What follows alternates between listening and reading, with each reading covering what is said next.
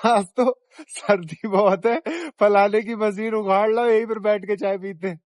आज दोस्तों दिन की ट्रेनिंग में इतने लत्ते पहन रखे हैं ना कि जब शाम को लौटूंगा, शाम को तो नहीं, अभी जब ट्रेनिंग के बाद लौटूंगा, शरीर मूंगफली हो जाएगा।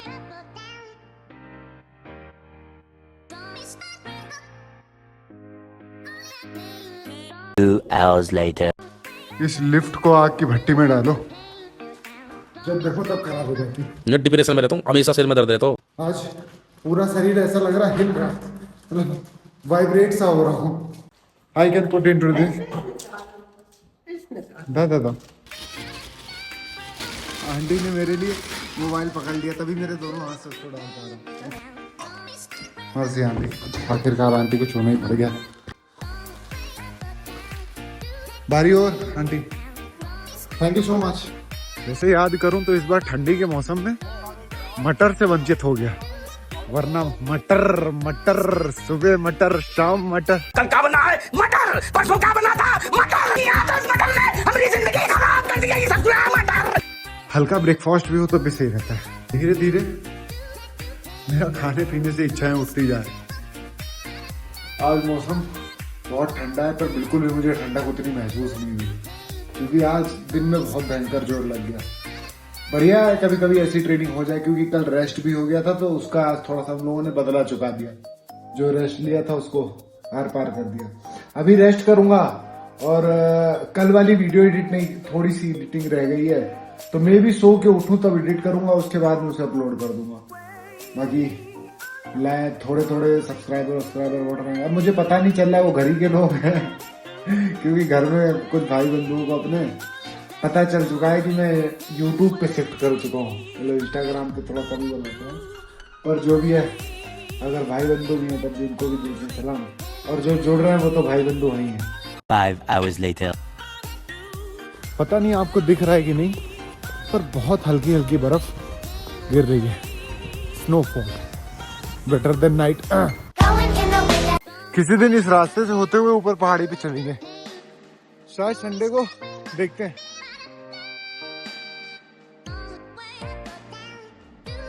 स्कूल के दिनों में अपने दोस्तों से मैं एक सवाल पूछता था कि बताओ कितने देश हैं दुनिया में, तो वो कहते थे इतने इतने इतने। मैं कहता था नहीं, 2, एक इंडिया, बाकी विदेश विदेश। अब कह दूंगा 2 हैं।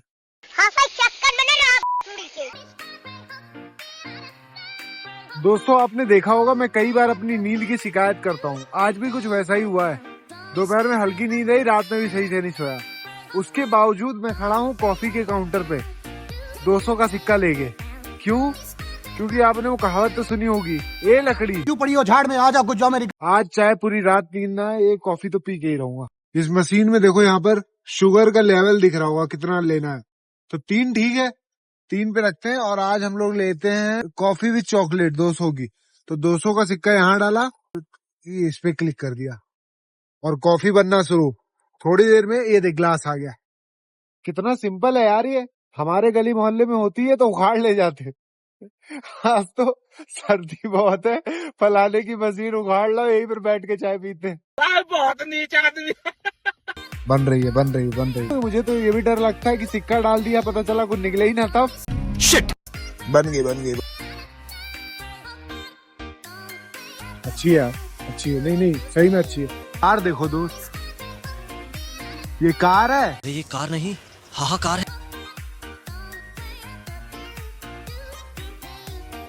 तो ट्रेनिंग हॉल से निकल के हम जा रहे हैं अभी टीम अर्मेनिया के ऑफिस। सिम का ऑफिस है वो, एक सिम का रिचार्ज कराना है दरअसल, क्योंकि आज शायद खत्म हो रहा है रिचार्ज मेरा। तो पहले तो जाके पता करता हूँ आज खत्म हो रहा है कि कल खत्म हो रहा है। यहीं पर था, बगल में ही ऑफिस, पीछे ही बॉक्सिंग हॉल है, इधर ही है। ये रहा टेलीकॉम अर्मेनिया।